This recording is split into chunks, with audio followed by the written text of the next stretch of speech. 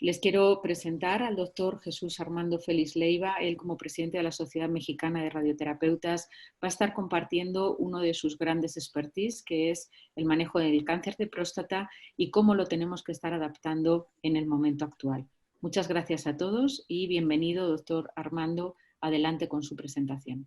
Muchas gracias, doctora Lola de la Mata, y le doy gracias al Consejo Mexicano de Radioterapia, a la Sociedad Mexicana de Radioterapeutas y a todos los participantes en este importante evento acerca de las tendencias en cáncer ante la pandemia de COVID. Sabemos que el cáncer de próstata es un problema de salud pública y bueno, pues a partir de esto se han realizado guías, como ya se mencionó, a nivel europeo, a nivel americano, a nivel incluso ya mexicano. Hicimos por ahí algunas recomendaciones.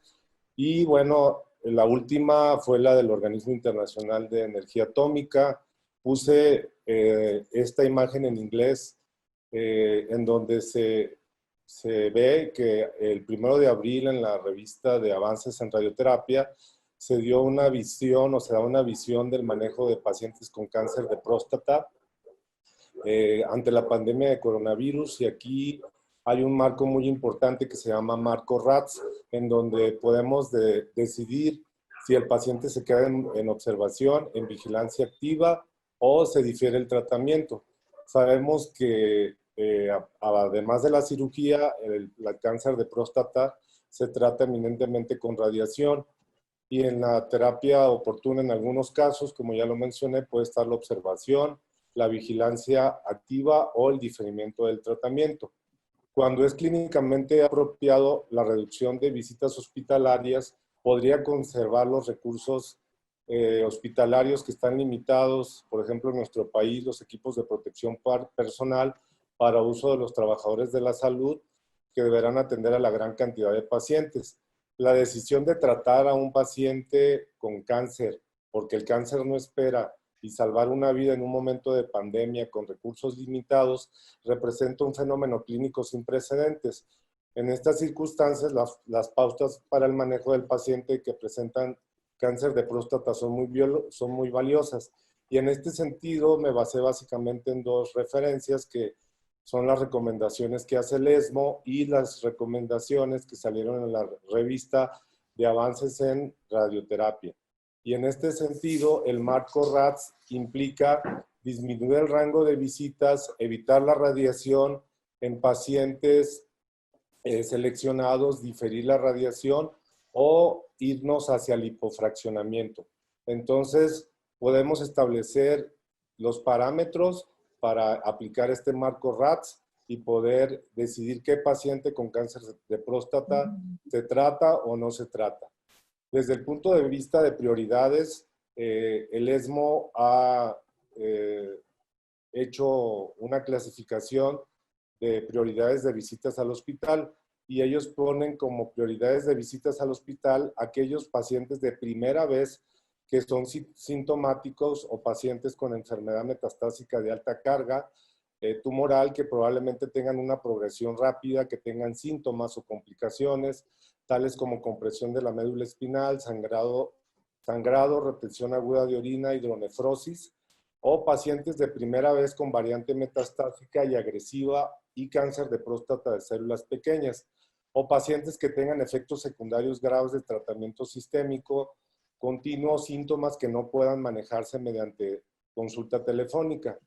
Prioridad media, de acuerdo al ESMO, es aquellos pacientes que pueden iniciar tratamiento sistémico en pacientes asintomáticos con enfermedad metastásica de bajo volumen o pacientes asintomáticos con recaída de sospecha o probada, ya sea local y sistémica en imágenes.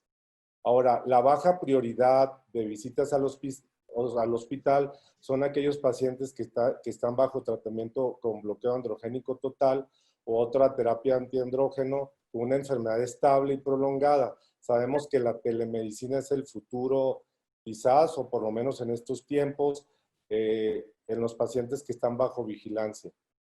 Ahora, desde el punto de vista de imagen, también se hicieron algunas recomendaciones. Alta prioridad, aquellos pacientes que tengan síntomas agudos, de tipo neurológico, sangrado, fractura, trombosis, pacientes que requieran imágenes urgentes como resonancia, tomografía y ultrasonido. Prioridad media, aquellos pacientes que nos sirva para tomar decisiones de tratamiento y tengan un impacto en el manejo y resultado de la enfermedad. Y baja prioridad, imágenes para monitorizar a pacientes clínicamente estables. Desde el punto de vista quirúrgico, pues las prioridades en este sentido en cáncer de próstata se menciona de acuerdo al ESMO que la mayoría de las prostatectomías en tiempos de pandemia se deben de retrasar. Es una decisión compartida haciendo considerar que la radioterapia es una opción factible para pacientes incluso de alto riesgo o de riesgo intermedio desfavorable y cirugía para pacientes de alto riesgo si el paciente no es apto para la radioterapia. Pacientes de alto riesgo seleccionados aquí, así como aquellos de riesgo intermedio bajo riesgo, deberá ser retrasada, es decir, no está indicada la cirugía en estos pacientes. Prioridades en cuanto a radioterapia, aquí nada más mencionan alta prioridad y baja prioridad. Y como alta prioridad ponen a la RT hipofraccionada, ya sea moderada o hipofraccionamiento extremo, para lesiones sintomáticas, por ejemplo, metástasis óseas. Baja prioridad, ellos dicen que generalmente recomiendan extender el bloqueo androgénico total neoadyuvante según sea necesaria hasta que se pueda administrar la radioterapia.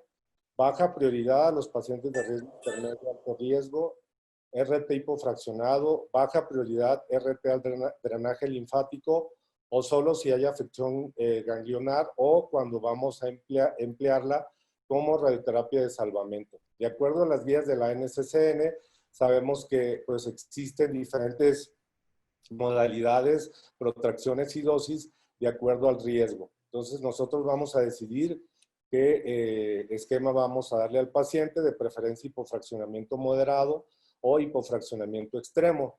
Aquí vienen recomendaciones también en el artículo de avances en radioterapia, de acuerdo a las visitas, de acuerdo a visitas hospitalarias, a la simulación, a la preparación y si el tratamiento se garantiza durante la pandemia. Y de acuerdo al riesgo, como ya lo mencioné, dice visitas a pacientes de primera vez, de bajo riesgo, de muy bajo riesgo, de riesgo favorable, pues se puede retrasar con toda seguridad hasta 3 meses. Los de riesgo desfavorable hasta 1 a 3 meses y de alto riesgo, de muy alto riesgo, dicen aquí, hasta 1 mes. Y los que tienen ganglios positivos de 2 a 4 semanas. Y así uno decide el tipo de tratamiento, la asociación o no de braquiterapia, la colocación de fiduciales, etc. Y en pacientes que requieren radioterapia adyuvante o de salvamento, podemos retrasar la radiación hasta 3 o 4 meses.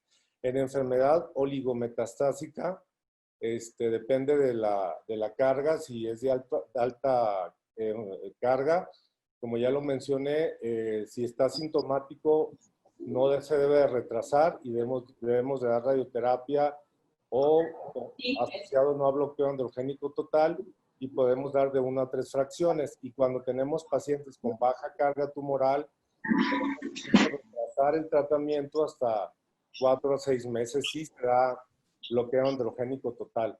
Ahora, el papel del hipofraccionamiento extremo, en este sentido, está tomando un auge en la actualidad con esta pandemia. En esta diapositiva podemos ver que en los pacientes de muy bajo riesgo, de riesgo favorable, se recomienda diferir el tratamiento mientras sea seguro, pero pacientes con riesgo desfavorable, de muy alto riesgo, podríamos retrasar el tratamiento con radiación dando bloqueo androgénico total, pero se está considerando ya ante la pandemia dar hipofraccionamiento extremo combinado con bloqueo androgénico total, ya sea en el tiempo que se considere, 2 veces a la semana, un día sí, un día no, o de forma secuencial. Y la braquiterapia, en el aspecto de dar o no braquiterapia, pues retrasar la braquiterapia de próstata puede ser apropiado para los pacientes con bajo riesgo, intermedio, favorable. Sin embargo, para los pacientes de alto riesgo, podemos combinarlo con radiación externa, es decir, dar una primera fase de teleterapia y un BUS con braquiterapia. Para concluir, los recursos se pueden reducir para todas las etapas identificadas del cáncer de próstata, y el marco RATS, que ya se ha mencionado mucho y que está muy mencionado en redes sociales, en todos los artículos, visitas remotas a través de la telemedicina, la decisión de suspender un tratamiento o aplazarlo o emplear tipo fraccionamiento, se puede aplicar a otros sitios de enfermedad para ayudar con la toma de decisiones en una pandemia global. Muchas gracias. Tenemos en la pantalla al doctor Federico Maldonado. Él es el presidente del Consejo Mexicano de Certificación en Radioterapia y él dentro del INCAN está a cargo de los tumores de pulmón y nos va a comentar cuáles son las guías que hay ahora a nivel nacional. Entonces, adelante, doctor Federico Maldonado, y muchas gracias por su participación. Muy buenas tardes a todos. Agradezco la invitación. Espero que sea provecho de todos esta reunión.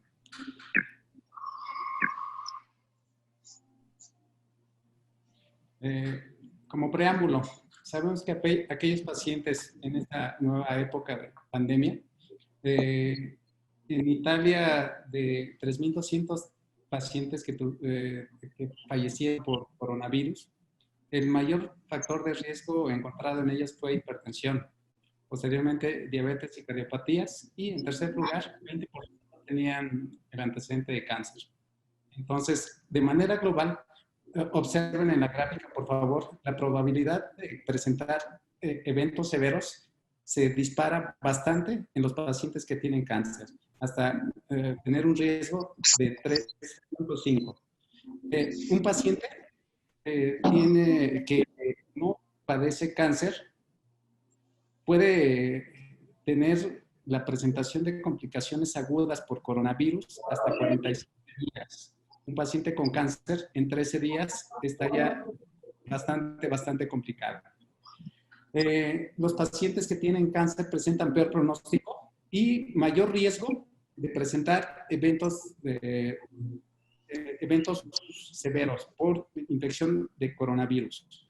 El cáncer de pulmón puede incrementar el riesgo de complicaciones por esta infección y sabemos que el riesgo de la infección es latente. Sin embargo, nuestros pacientes que tenemos en la clínica de pulmón son pacientes que son neumópatas, son pacientes que están bajo tratamientos sistémicos, quimioterapia, o incluso a los pacientes que están en radiación.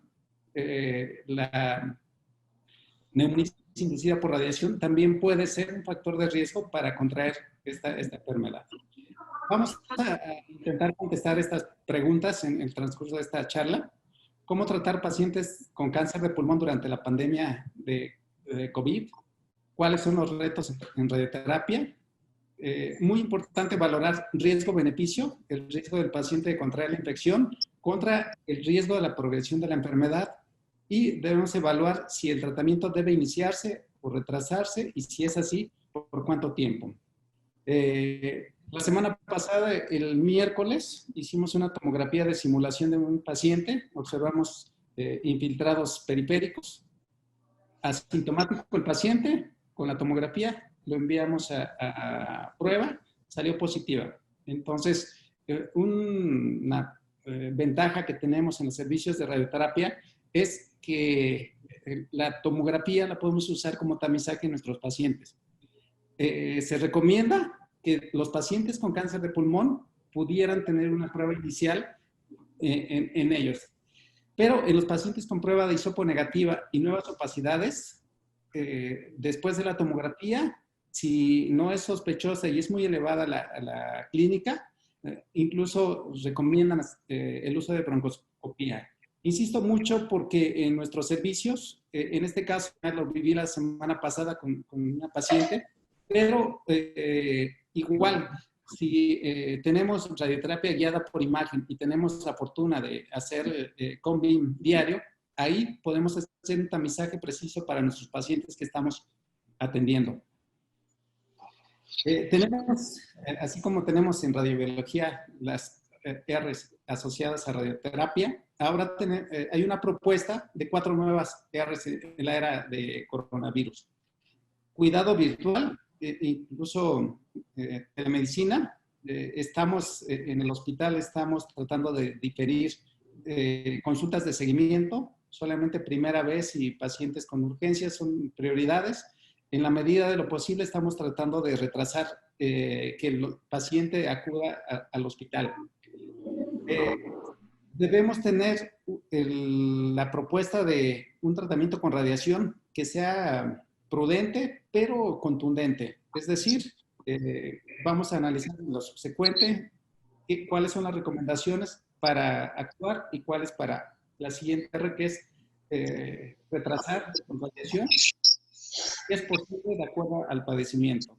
Y lo que vamos a ver, que en lo personal a mí me da mucho temor, estamos tratando de implementar esquemas hipofraccionados que no tienen estudios clínicos aleatorizados. Entonces, vamos a ir observando las recomendaciones que hay tanto en la escuela americana como en la escuela europea. Dentro de la prioridad del tratamiento del cáncer de pulmón en comparación con otros tumores, aquí es importante hacer esta aclaración porque el tiempo para iniciar el tratamiento se considera importante en la era de COVID.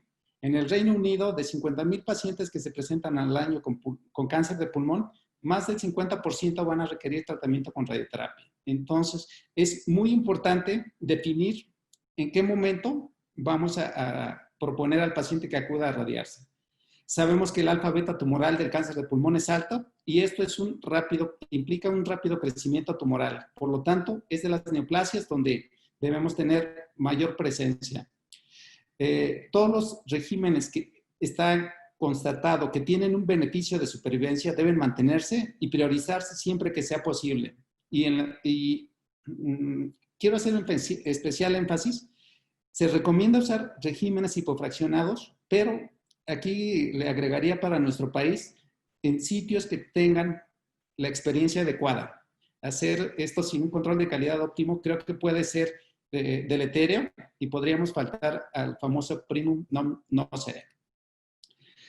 Es muy importante personalizar la atención que se brinda y debemos considerar varias variables para brindar un tratamiento.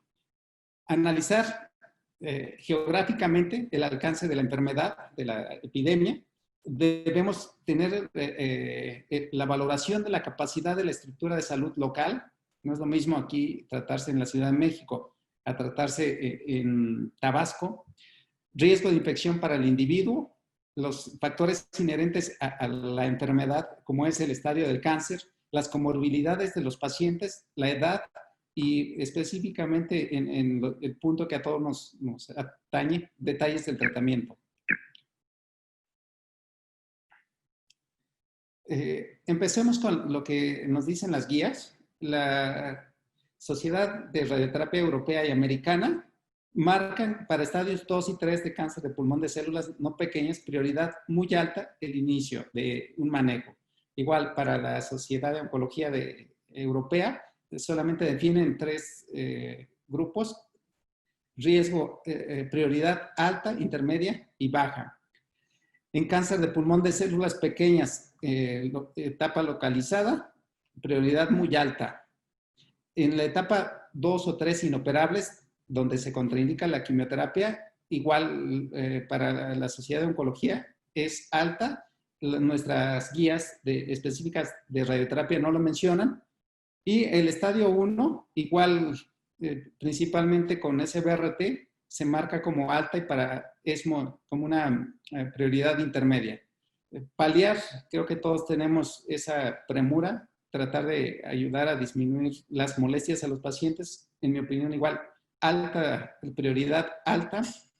Y de lo que un poco controversial, ¿qué tanto puede ayudar la adyuvancia, radioterapia postoperatoria? En nuestras sociedades se marca como baja prioridad para la Sociedad de Oncología Europea, la bajan como una prioridad intermedia. Y principalmente la Escuela Europea sugiere incluso en enfermedad limitada, en cáncer de células de pulmón pequeñas, diferir la profilaxis, pero igual vamos a seguir observando los prototipos que siguen.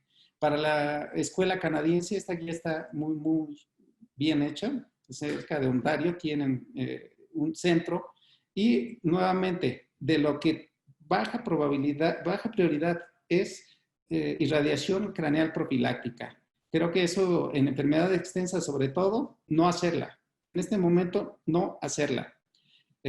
Aquí la marcan como prioridad intermedia y creo que yo me quedo con este concepto porque el paciente con enfermedad limitada, con cáncer de pulmón de células pequeñas, en algún momento la va a hacer y está con nivel de evidencia 1 demostrado. Yo sí le doy prioridad intermedia a tratar irradiación craneal profiláctica en enfermedad limitada.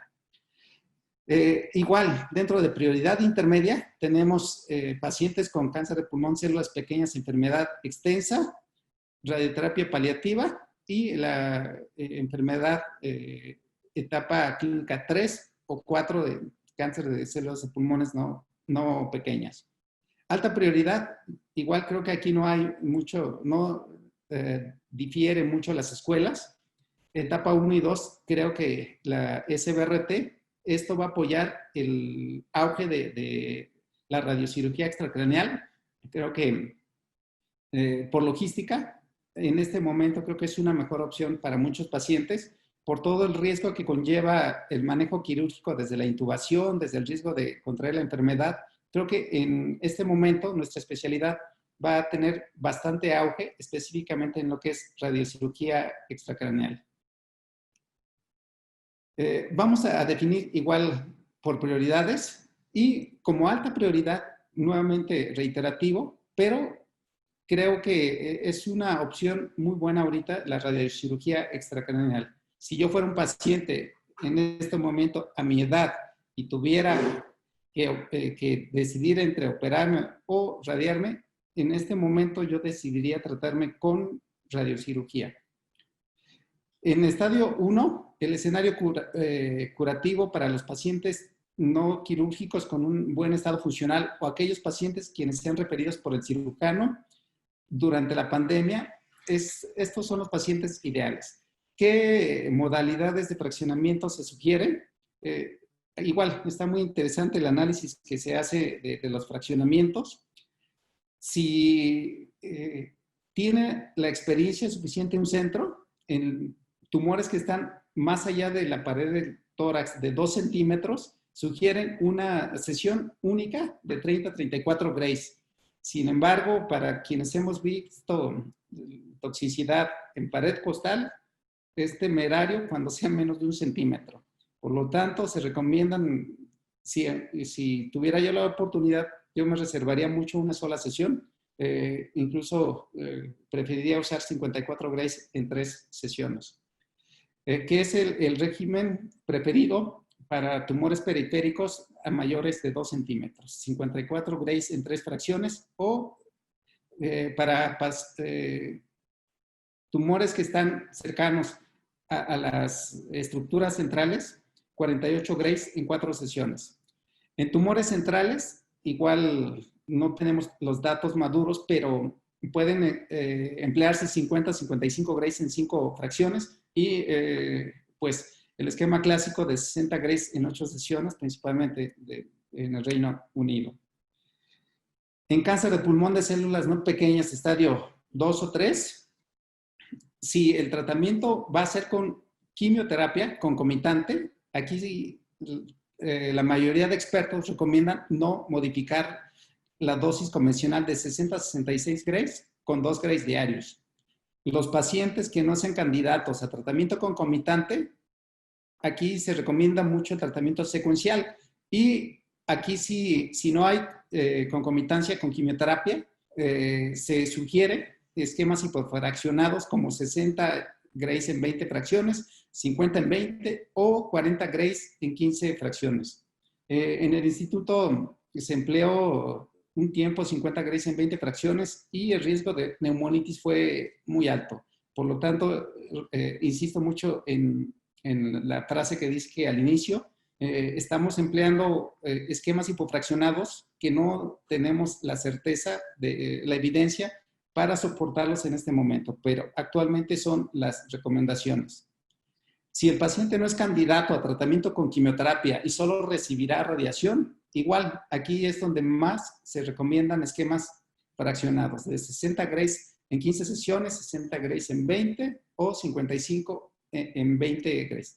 La dosis biológica equivalente es mayor de 70 Grays, por lo tanto, válido emplearlo si así lo consideran en sus centros tratantes.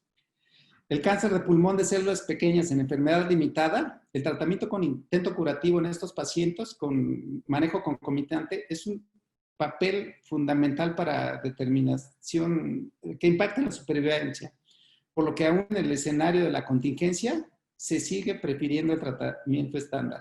60 Grays en 30 sesiones y si es posible el esquema bifraccionado de 1.5 Grays por fracción de 45 Grays en 30 sesiones. En casos en los que no sea posible el tratamiento estándar, se sugiere el hipofraccionamiento de 40 Grays en 15 fracciones en pacientes que tengan un adecuado estado funcional.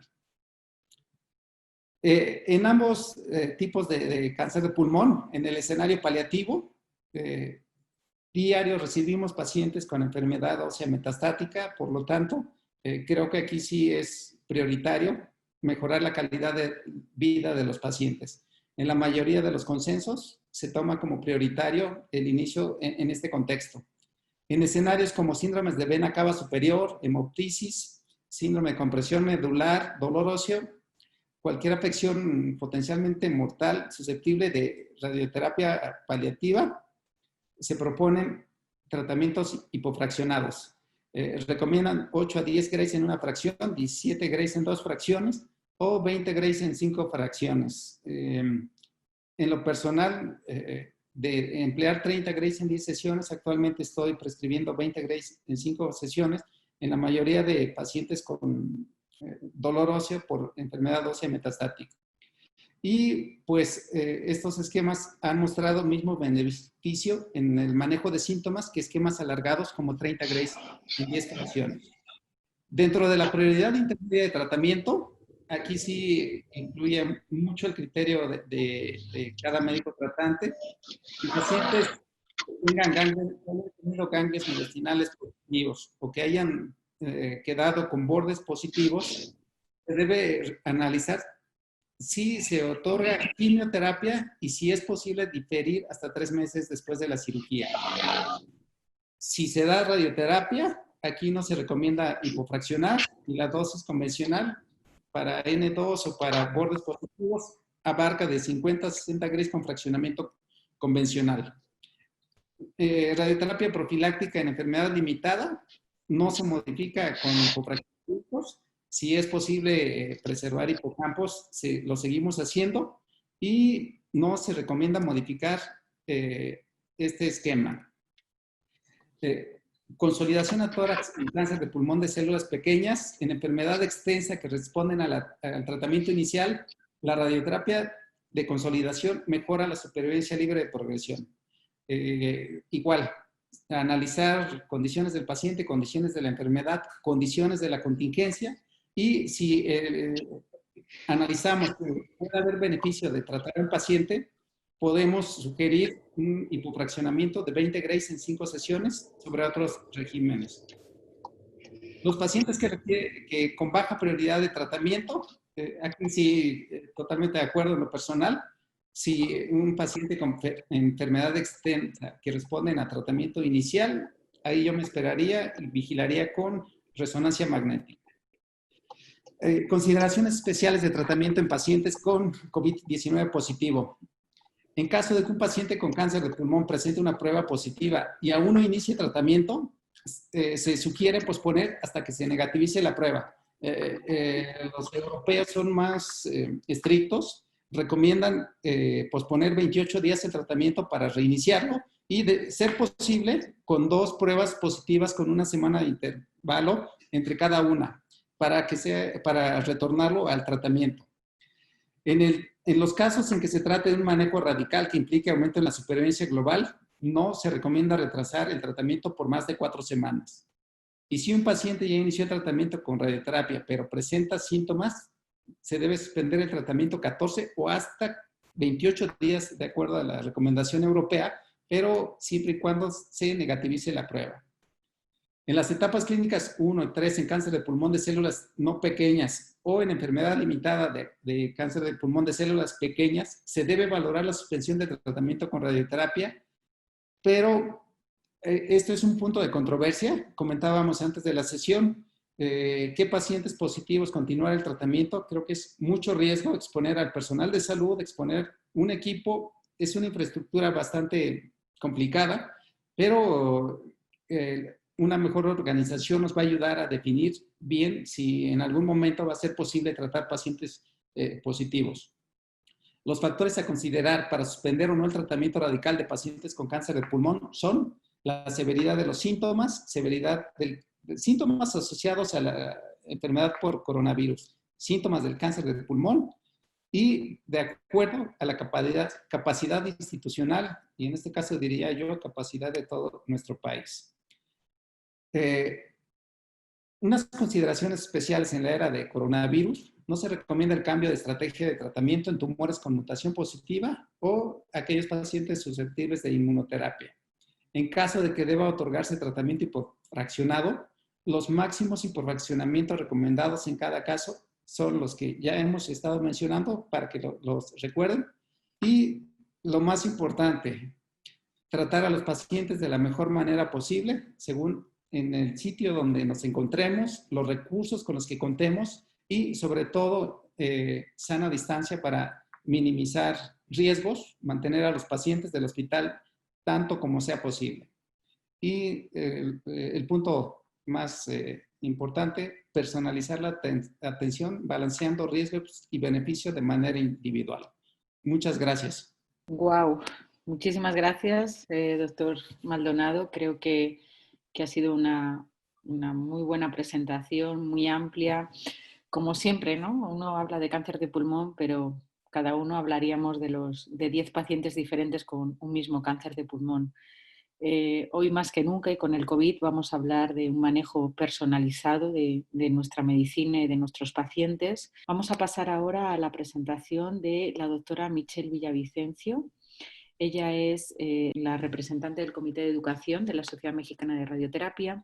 Muchos la conocen. Ella es una proactiva radiooncóloga que ha estado trabajando en diferentes mesas directivas de SMEO y de Somera y está trabajando ahora en el Hospital 20 de Noviembre. Creo que va a darnos otro amplio escenario y la mayoría, yo creo, de muchas instituciones, casi alrededor del 40% de nuestros pacientes tienen cáncer de mama. Entonces me gustaría que por favor ella nos dé ahora una breve reseña de cómo se está planteando en el mundo y cómo adaptaremos esto a nuestras necesidades del país. Muchas gracias y bienvenida, doctora Michelle. Gracias por la invitación. Es fundamental hablar del cáncer de mama porque no solo en México, cuando revisamos la bibliografía para este tipo o para esta patología, coincide con que el 30% de los departamentos en el mundo, si hablamos de Italia, si hablamos del Reino Unido, si hablamos de Estados Unidos o si hablamos de Europa, corresponden a mujeres o a pacientes que se tratan por cáncer de mama. Como sabemos, es un tratamiento que en promedio puede durar 5 semanas o 6, o el tratamiento corto de 3 semanas que podemos tener en algunos centros hospitalarios. Hay que tomar en cuenta no solamente el número de veces que los pacientes deben acudir a los tratamientos, sino las consultas médicas de seguimiento durante el tratamiento o si son pacientes en seguimiento. Esto impactará pues en la disponibilidad de los equipos y en el número de citas que podamos programar, los turnos que tenemos para tratamiento, y también hay que considerar, sobre todo en países como el nuestro, lo que desplazan los pacientes, ¿no? Cuántos desplazamientos deben realizar o si tienen que trasladarse de una ciudad a otra o por qué medios se van a transportar. Entonces son factores que hay que tomar en cuenta cuando estamos en situaciones como las que vivimos en este momento. De acuerdo a las guías que salieron en el Breast Cancer y a la Sociedad Americana, para el cáncer de mama definieron 3 prioridades. La prioridad A, que son pacientes que tienen síntomas o que tienen datos clínicos que requieren un tratamiento urgente, ya sea pacientes que están inestables o que requieren tratamiento de forma paliativa y que se considera que no darles el tratamiento en este momento puede impactar en su pronóstico, en su supervivencia o en su calidad de vida. ¿Y cuáles son las que se consideran? Aquellas pacientes que tienen progresión clínica después de una neoadyuvancia, y se puede considerar para este escenario un hipofraccionamiento preoperatorio, que no sería lo estándar, pero que podría ser una opción. La prioridad B, a su vez, se divide en alta, que es el B1, moderada, que es el B2, y, no, perdón, es baja, lo comenté al revés, es B1 baja, B2 moderada y B3 es alta. La prioridad B son aquellas pacientes que pueden esperar o que pueden tener un retraso de 6 a 12 semanas y que no va a haber un impacto en su supervivencia. O aquellos pacientes con un carcinoma inflamatorio que el retrasar el inicio de la radioterapia puede impactar en el resultado o en el pronóstico de la paciente, sobre todo si tenemos que hacerlo por un tiempo mayor a 8 semanas. Entonces les decía la clasificación. Y la categoría C, que son aquellas que las pacientes pueden diferirse hasta que exista la condición, hasta que haya pasado la pandemia, o bien que una vez que la pandemia termine, evaluemos nuevamente a la paciente las condiciones y en función de eso definir si debe recibir o no el tratamiento y si existe aún un beneficio para ese caso. La prioridad A, les decía, son sobre todo pacientes con manejo paliativo, es decir, aquellas que pueden tener dolor o sangrado o bien enfermedad metastásica, ya sea sistema nervioso central o a nivel óseo, o bien enfermedad locorregional. En este tipo de pacientes se considera realizar hipofraccionamiento. Y en la prioridad A se consideran las pacientes que después de una neoadyuvancia no tuvieron respuesta y tienen progresión. Se propone como realizar un hipofraccionamiento preoperatorio para que después la paciente sea sometida a una cirugía. ¿Cuáles son los esquemas que se proponen? Pues tenemos el esquema de 20 en 5 y el esquema de dosis única de 8 Grays. Dependerá de la situación de la paciente, el empleo o el esquema que utilizaremos.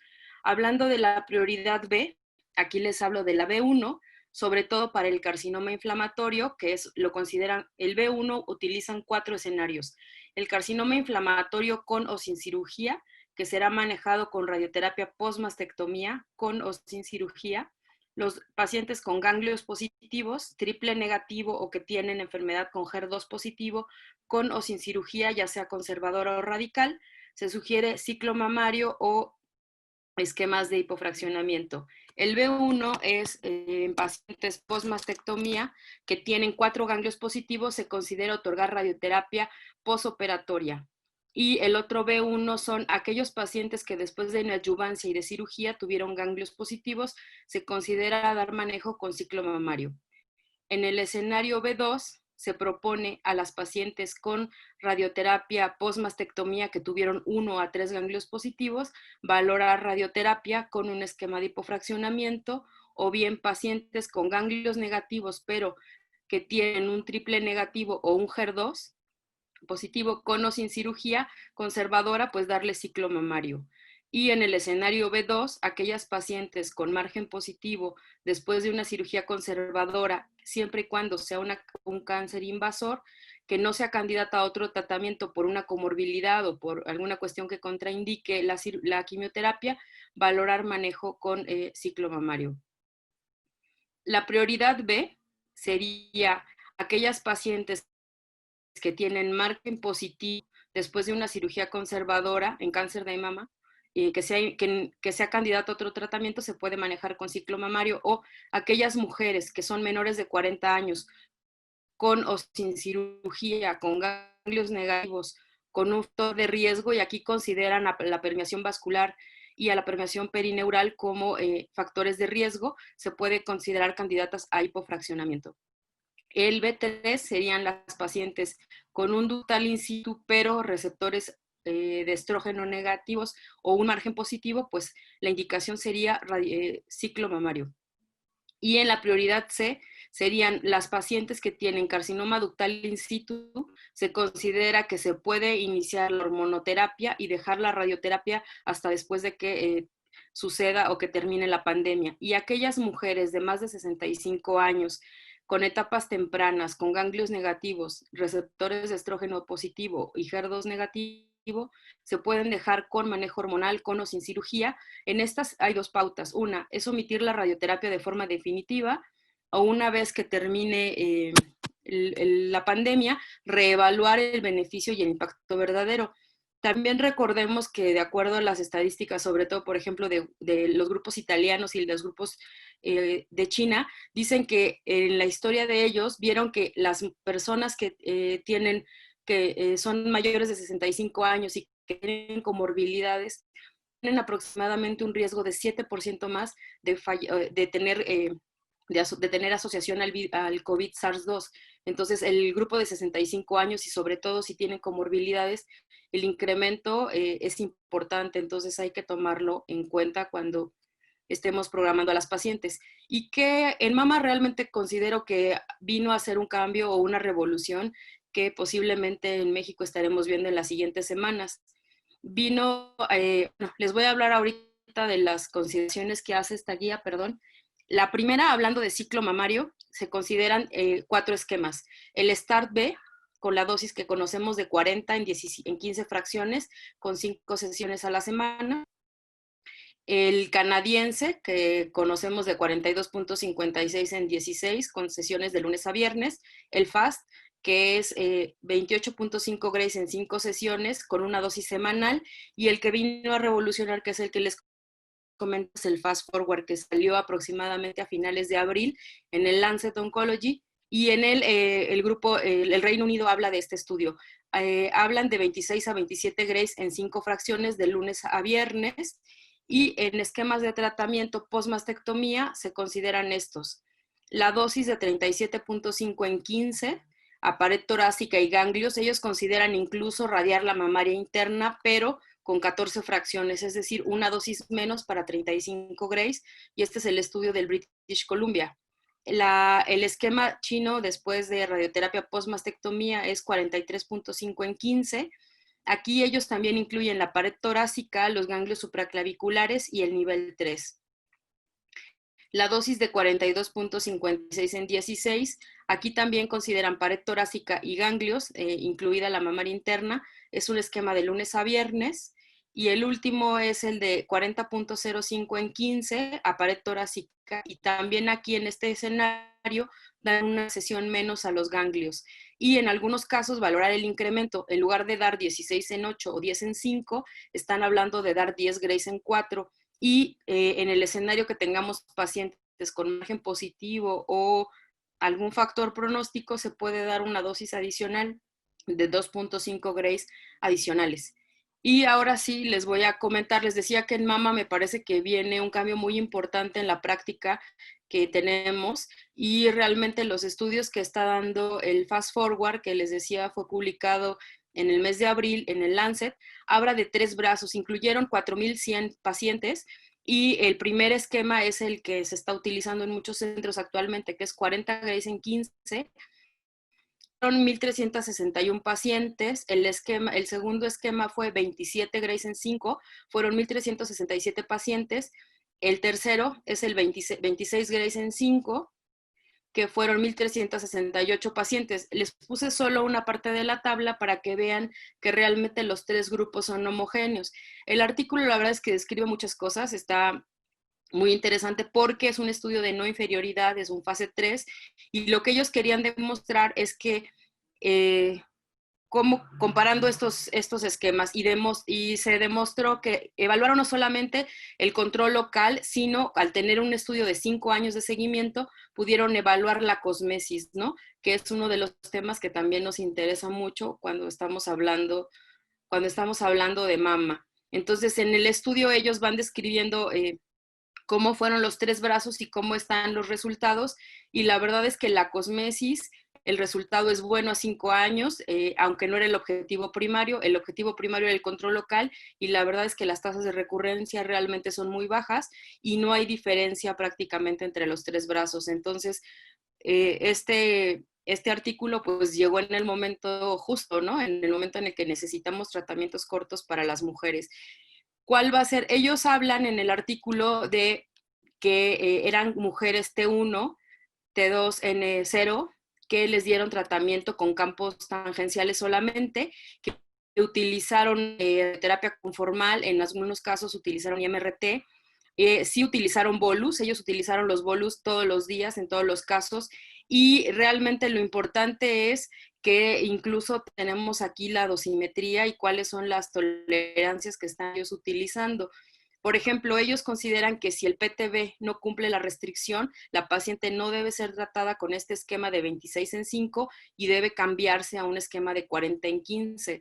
Entonces, por ejemplo, los chilenos tuvieron un webinar, y en el webinar hablaron ya de este esquema, y de hecho ellos ya tienen un par de semanas implementando este esquema de 26 en 5, y la verdad, pues veremos resultados diferentes en un corto plazo, ¿no? Y realmente esta gráfica vemos cómo están los 3 grupos y vemos que realmente no hay diferencias significativas, ¿no? A lo largo del tiempo, y que al compararlo con el 26 en 5 con el esquema de 40 en 15 da resultados muy similares para el control locorregional, y que también en términos de toxicidad, pues es de toxicidad, hablando de cosmesis, el resultado es bueno.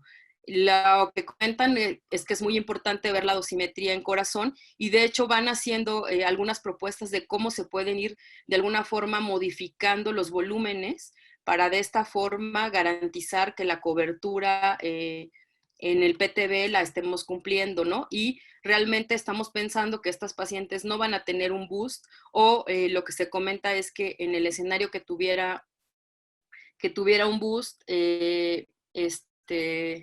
fuera un boost de 4 sesiones, ¿de acuerdo? Y bueno, las conclusiones.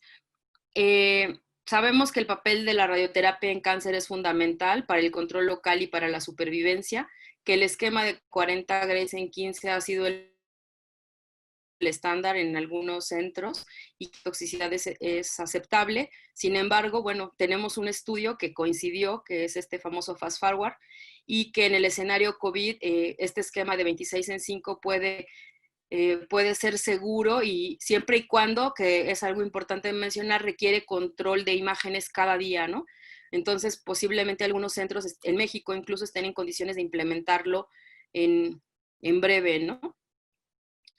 Y bueno, yo solamente me gustaría compartir esta reflexión que me gusta, que sabemos que existe las cosas buenas y las cosas malas, ¿no? Y justo en un momento como este, creo que hace mucha alusión, ¿no? Aquí tenemos lo malo en lo bueno y luego lo bueno en lo malo. Entonces, a mí me parece que esta situación viene a eso, ¿no? A enseñarnos que ni todo es bueno ni todo es malo. Al final, hoy, sorprendentemente, tenemos un número no imaginado en una sesión virtual, cuando el escenario podría ser adverso, pero cosas buenas saldrán de esto. Gracias. Muchísimas gracias, doctora Villavicencio. Creo que aquí sí ha habido, o creo que la publicación del FARS vino como anillo al dedo, y creo que sería uno de los temas que debiéramos estar revisando. La última charla del día de hoy nos la va a compartir el doctor Francisco Lozano. Él es el secretario del Consejo Mexicano para Acreditación de Radioterapia, y él nos va a hablar de otro gran escenario en el que yo diría que junto con CACU son los pacientes que más miedo, ¿no? nos da suspender, y todas las leyes de la radiobiología dicen que no hay que retrasarlos. Veamos qué es lo que dicen las guías clínicas y un poco a qué nos vamos a estar enfrentando nosotros en los próximos meses con estos pacientes de tumores de cabeza y cuello. Bueno, primero quisiera agradecer al comité organizador por invitarme a participar en un foro tan relevante. Este va a ser el programa de la plática que me toca dar a mí. Voy a empezar hablando un poquito sobre el panorama de la enfermedad, cómo está México, cómo nos encontramos en las próximas semanas. para poder pasar después a los problemas específicos de COVID y cáncer. Si bien ya tocó un poco el doctor Maldonado este tema, para después hablar un poquito más sobre específicamente el problema del COVID en cabeza y cuello. Después voy a querer valorar los pros y los contras de posponer un tratamiento de un paciente con una neoplasia en cabeza y cuello para después hablar sobre las recomendaciones médicas. Hice una revisión de la literatura y vamos a hablar sobre las diferentes guías que han salido a nivel nacional como internacional. Vamos a ver unos esquemas de hipofraccionamientos recomendados para estos pacientes y al final tocaré el tema de qué pasa cuando un paciente durante el tratamiento se infecta con COVID-19. Como introducción, como les comento, actualmente en México ya tenemos 56,000 casos confirmados con 6,000 defunciones y el motivo de por qué les pongo esta gráfica es más que nada para ejemplificar que si esta gráfica tuviera un comportamiento normal, estaríamos llegando apenas a la mitad de la curva. Entonces, este problema pues todavía va para largo, por lo que cobran especial importancia este tipo de foros. En las cifras actuales, en México vemos que la mayoría de los pacientes mexicanos hospitalizados, según las cifras oficiales del gobierno, son de 45 a 49 años, poco más joven a lo que se ha estado manejando que sucede en otros países, lo cual pues es algo que también tenemos que tomar en cuenta. Sobre los problemas específicos del tratamiento oncológico y el COVID-19, creo que podemos dividirlo en 3 grupos. El primero es la disposición de recursos, el segundo sería el riesgo de infección que tiene el paciente al estar acudiendo al hospital de forma frecuente y pues la toxicidad del tratamiento que por la zona donde estamos tratando puede ser un problema, quizá para un paciente que después requiera algún tipo de tratamiento como una intubación o algo así. Hablando específicamente sobre la disposición de recursos, sabemos que los quirófanos están siendo subutilizados, esto secundario a la cantidad de ventiladores que se están disponiendo ahora para otros recursos. No es ninguna sorpresa saber que hay desabasto de guantes, de cubrebocas, cosas que dificultan un poquito el tratamiento o el acceso a la cirugía. Varios de los artículos que estuve revisando sobre el tema comentan que hay inclusive una tendencia a la alza de que más pacientes sean enviados a radioterapia para tratamientos específicos de cabeza y cuello secundarios a este problema. Además tenemos la conversión de hospitales, que ahora son hospitales que antes veían todas las patologías y ahora se dedican a COVID. Entonces tenemos una menor disposición de camas para estos pacientes, tenemos una menor disposición de cuidados intensivos para los pacientes que tienen complicaciones por cáncer o por cirugías oncológicas y pues por supuesto la saturación del personal, las incapacidades que se están generando por aquí y por acá en diferentes hospitales, lo cual lleva a que haya pues, menos recursos para tratar a estos pacientes, lo que nos hace que tengamos que pues, actuar y tomar medidas para mitigar esto. Sobre el riesgo de infección podemos hablar de 2 puntos diferentes. El primero son los pacientes. Los pacientes aumentan o tienen una prevalencia mayor de COVID. Esto puede ser ya sea porque sean más susceptibles a contagiarse de la enfermedad o también puede ser porque los pacientes con COVID y cáncer tienden a tener una complicación más grave y por ende acudir a un centro de salud donde van a ser diagnosticados. Entonces puede ser alguna de las dos, o más susceptibilidad o que se estén detectando más porque son pacientes que se están complicando más. Lo que sí no es una sorpresa o lo que ya hemos visto en diferentes estudios es que hay un aumento en su morbimortalidad en los pacientes oncológicos que tienen infección por COVID. La propagación de la enfermedad pues es un problema. Al final un paciente que se infecte de COVID pues podrá potencialmente infectar a su familia o a sus cuidadores y esto pues tiene un impacto social negativo. Y como comentaban previamente el doctor Maldonado, pues tenemos que siempre referirnos a una de las primas máximas de nuestra profesión, que es el primero no hacer daño. Sobre el riesgo de infección está la otra parte, que es la infección al personal de salud. Miren, estuve revisando en las bases de datos del Consejo. Actualmente en México hay 404 radiooncólogos certificados en 2020. De estos, aproximadamente 240 se certificaron del 90 para adelante, lo que significa que más o menos hay 164 radiooncólogos que son mayores de 60 años. Esto significa que nosotros realmente somos pocos los que estamos enfrente o que vamos a atender a estos pacientes y también nosotros tenemos que cuidarnos. Un porcentaje bastante importante de nuestro gremio está en los grupos de riesgo y es responsabilidad ahora pues, de los radiooncólogos un poco más jóvenes apoyar a nuestros maestros para evitar que ellos vayan a caer en este grupo de contagio. Tenemos que también hablar de la posibilidad de un brote departamental Y sobre esto lo remito a hablar un poquito sobre la ética utilitarista propuesta por Jeremy Bentham, la cual nos dice, o la cual se recomienda, que es la ética recomendada para la deontología médica, donde debemos de buscar el máximo bienestar para el máximo número de personas. Entonces, a veces exponer al personal de salud tiene una suma de complicaciones mucho mayores a solo una persona enferma. Esta es una publicación que salió apenas el día de ayer en proceso, no es una novedad. Hay 149 ya pacientes que han fallecido en el sector salud por COVID-19. La mayoría son médicos. Entonces es algo que tenemos que tomar en cuenta. No es algo que podemos dejar obviar, que ahora hay un riesgo bastante importante en nuestras personas. Hablando ya un poco sobre la misma gráfica que habíamos ya expuesto previamente, vemos que los pacientes con cáncer son más susceptibles a una evolución desfavorable.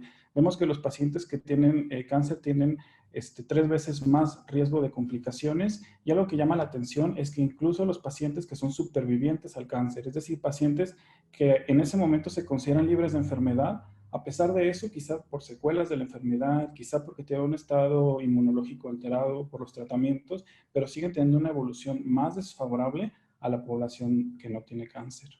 Hablando un poquito en concreto sobre estos datos, vemos la experiencia que hubo en Wuhan, China. Les quiero comentar este artículo, que es de los primeros que salieron al tema sobre cómo se comportaban los pacientes con cáncer y COVID. Es un estudio que se hizo de cohorte retrospectivo de 3 hospitales. Y en 3 hospitales, a partir del 13 de enero al 26 de febrero, en un periodo más o menos de un mes, vieron cuántos pacientes con COVID y cáncer habían tenido y cómo les fue. Y lo que encontraron, pues, es nada bueno, porque 28 pacientes en un mes en esos 3 hospitales presentaron las 2 patologías, y la mayoría se concentraban en pulmón y cabeza y cuello. De estos pacientes, algo muy importante es que el 28% adquirió la enfermedad de COVID-19 en el hospital.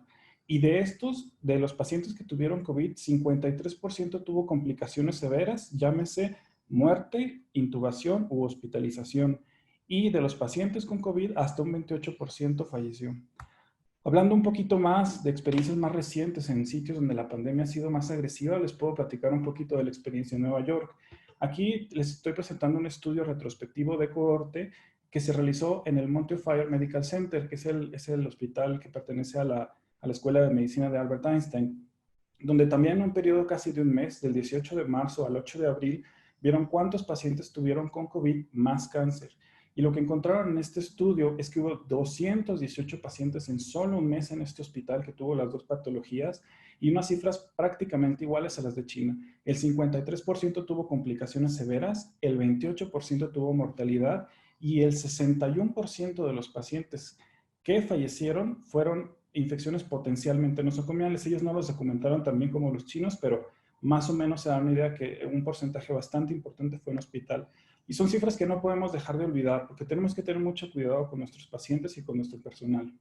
Pero ¿cuáles son los problemas específicos de los pacientes con tumores de cabeza y cuello?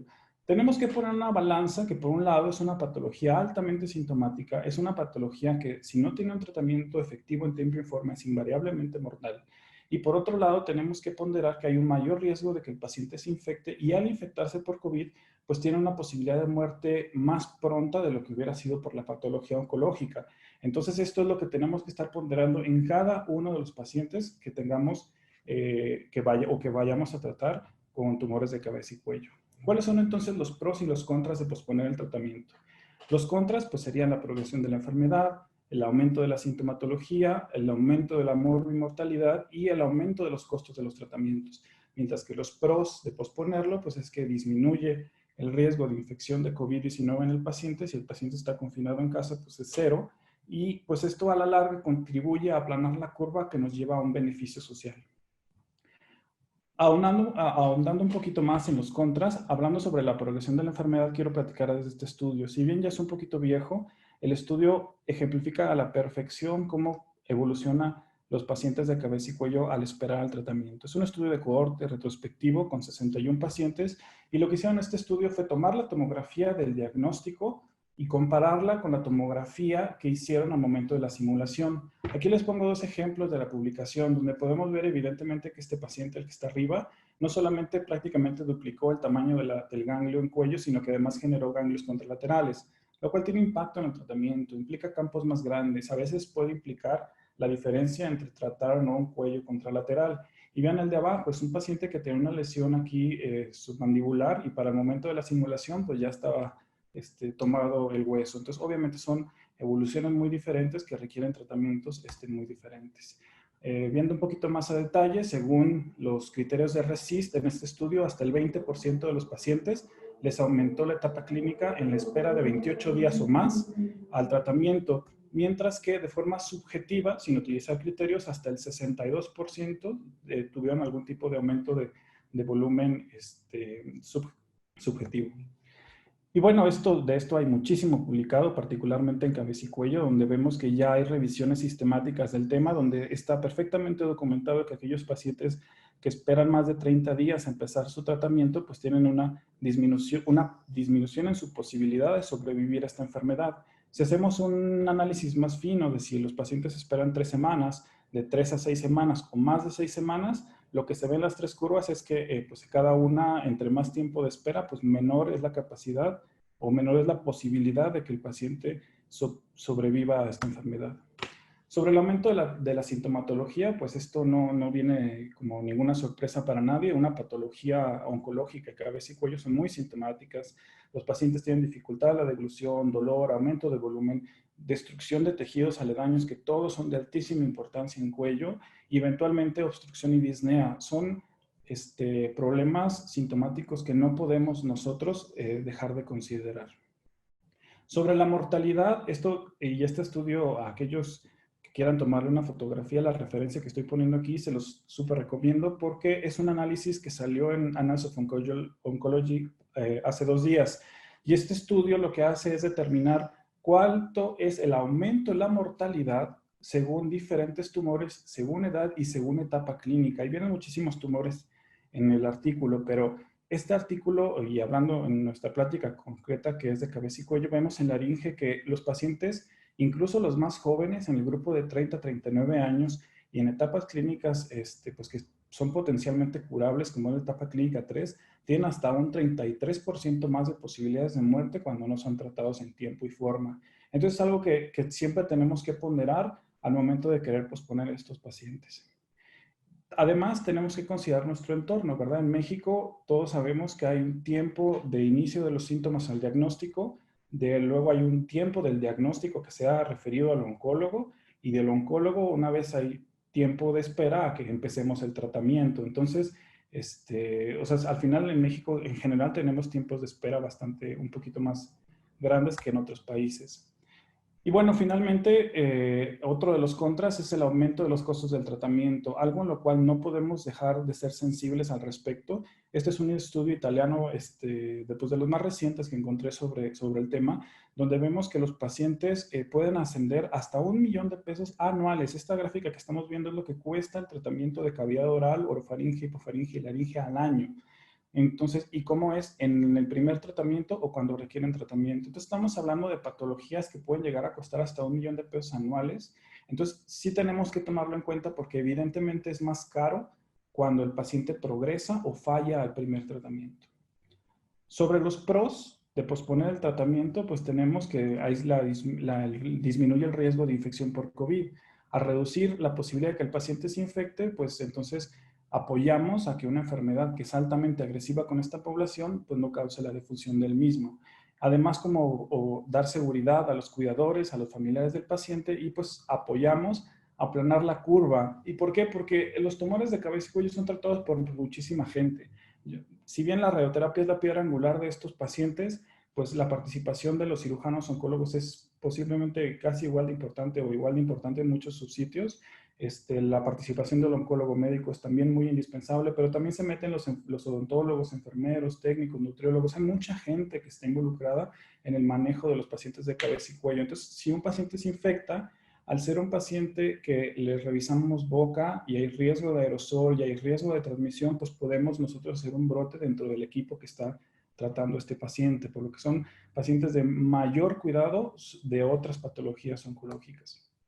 Pero ¿cuáles son las recomendaciones?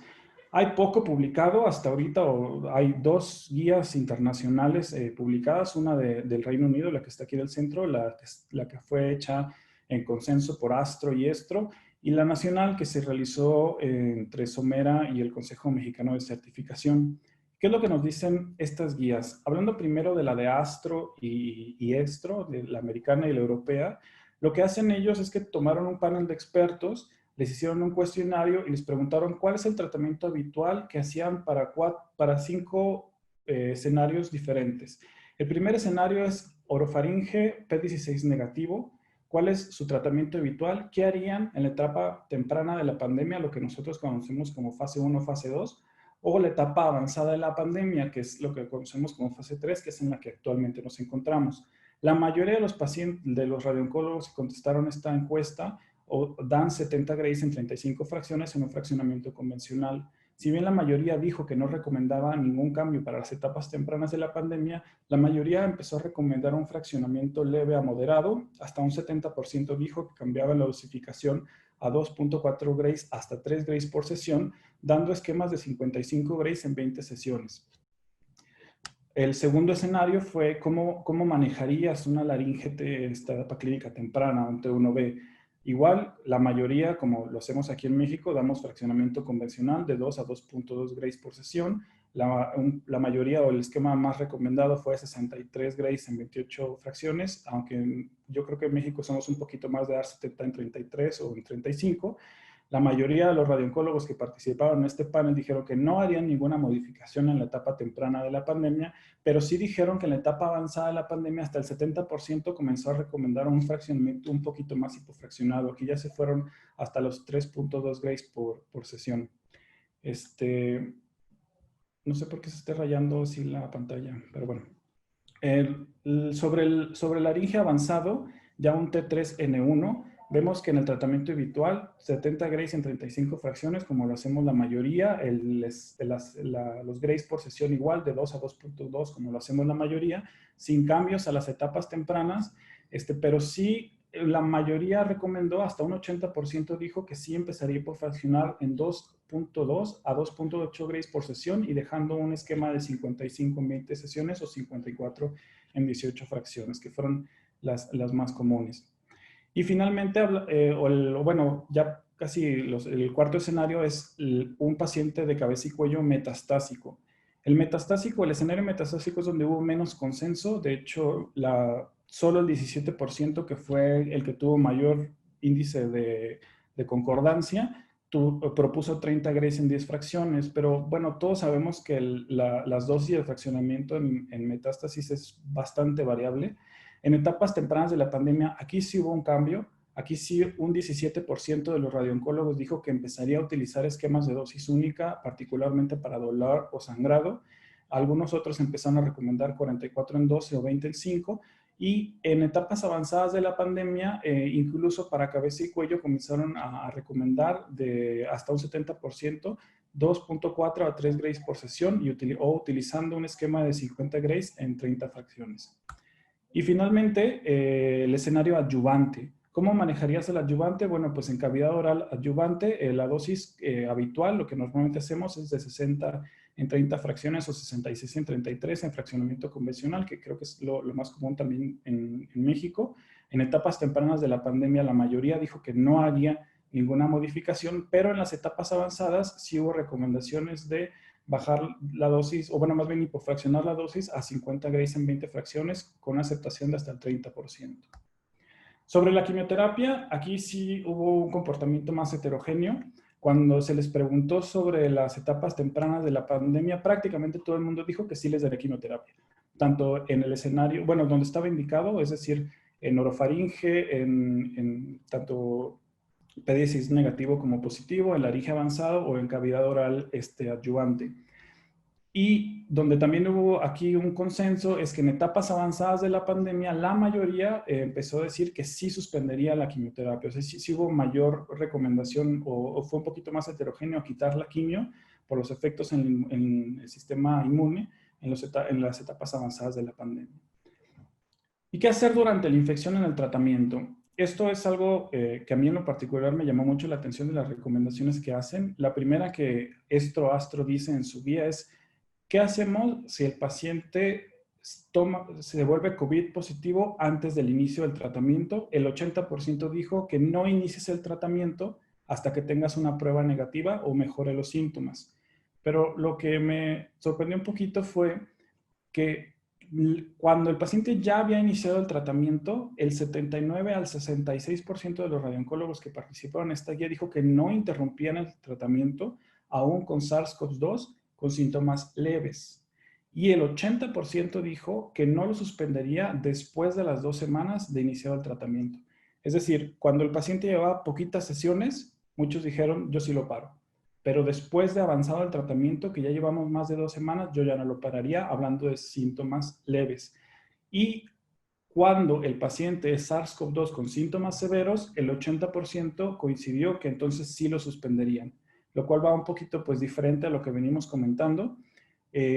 Como me llamó la atención por qué llegaron a esta conclusión, les presento aquí literal lo que escribieron ellos en la guía, en la página 4, en el segundo párrafo del lado derecho. Podemos ver que a los panelistas les dijeron que para contestar esta pregunta asumieran que se encontraban en un departamento donde tenían todos los equipos de protección, de sanitización y un búnker y acelerador designado para estos pacientes. Entonces, esto es importante mencionar y lo comento porque esta no es la realidad de nuestro país. Nosotros no tenemos las capacidades tecnológicas que posiblemente tengan en Alemania o en Estados Unidos, que son al final pues, los autores de la guía, y tenemos que tomarlo en contexto de que son europeos o americanos y nosotros estamos viendo que están recomendando, ¿no? Entonces no se traspola precisamente para nuestra población.